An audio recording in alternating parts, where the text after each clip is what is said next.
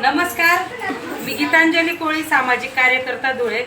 महाराष्ट्र दौऱ्यावर गेल्या दीड महिन्यापासून मी महाराष्ट्र दौऱ्यावर आहे आणि महाराष्ट्र दौऱ्यावर आदिवासी टोकरे कोळी, डोरकोळी, मल्हार, महादेव कोळी यांचा जो जात प्रमाणपत्र, वैधता प्रमाणपत्राचा जो प्रश्न आहे त्याच्यासाठी आहे.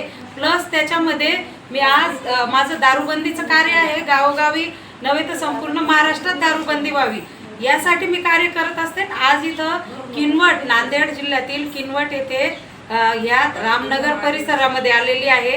कारण ह्या महिला दारूमुळे अतिशय त्रस्त आहेत आणि ह्या महिला दारूमध्ये त्रस्त असताना त्यांची मीटिंग घेतली छोटीशी.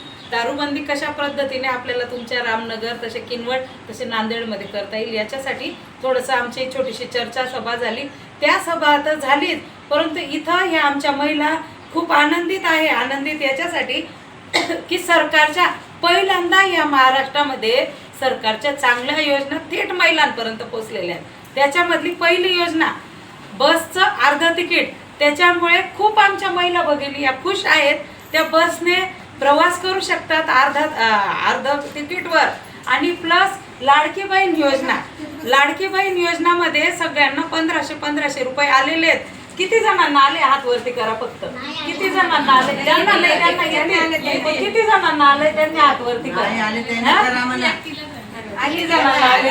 हात वरती करा. निराधारांना किती जणांना भेटतात? हात वरती करा. निराधारवाल्यांनाही पैसे भेटतात आणि लाडकी बहीण वाल्यांचे आलेले, बाकीचे 2-3 जणांचे आलेले, परंतु त्यांच्या देखील येतील. या लाडकी बहीण योजना तसेच अर्ध तिकीट बसचं, या 2 योजना शासनाच्या, महाराष्ट्र शासनाच्या थेट महिलांपर्यंत पोहोचलेल्या आहेत. त्यासाठी आमच्या महाराष्ट्र शासनाचे शिंदे, फडणवीस, पवार, अजित पवार या तिन्ही मुख्यमंत्री तसेच उपमुख्यमंत्र्यांचे जाहीर मी आभार या कष्टकरी महिलांकडून व्यक्त करते. आणि या योजनांचा मला देखील लाभ झाला. काल मला देखील 4500 रुपये माझ्या देखील अकाउंटला आले. मी देखील जरी सामाजिक कार्यकर्ता असेल, मी एक साधारण महिला आहे आणि महिलांसाठी लढत असते आणि अर्धा तिकीटने प्रवास करून मी माझा महाराष्ट्र दौरा करते. त्याच्यामध्ये मला अर्ध्या तिकीटमुळे मला खूप फायदा होतोय हे मी मान्य करते. मी जरी माझ्या आदिवासी, मल्हार कोळी, महादेव कोळी, टोकरे कोळींच्या लढ्यासाठी सरकारच्या विरोधात भांडत असते, पण एक महिला म्हणून महिलांसाठी ज्या योजना सरकारने काढलेल्या आहेत त्याचं निश्चितच सरकारचं अभिनंदन महाराष्ट्र शासनाचं. आणि याच्यापेक्षा एक महत्वाची मागणी महाराष्ट्र शासनाला आहे. ज्या पद्धतीने तुम्ही लाडकी बहीण योजना सुरू केली त्याचप्रमाणे दारूबंदी करा, हीच महिलांची मागणी.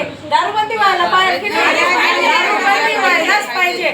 पूर्ण एक जिल्ह्यात नाही तर संपूर्ण महाराष्ट्रात दारूबंदी झालीच पाहिजे. कारण मायबाप सरकार हो दारूमुळे महिला त्रासलेल्या आहेत आणि या कष्ट करणाऱ्या महिला यांना दारूबंदीच झाली महाराष्ट्रात, तर तुम्ही देवाहून देव आमच्यासाठी होणार हे तुम्हाला आम्ही सांगतो.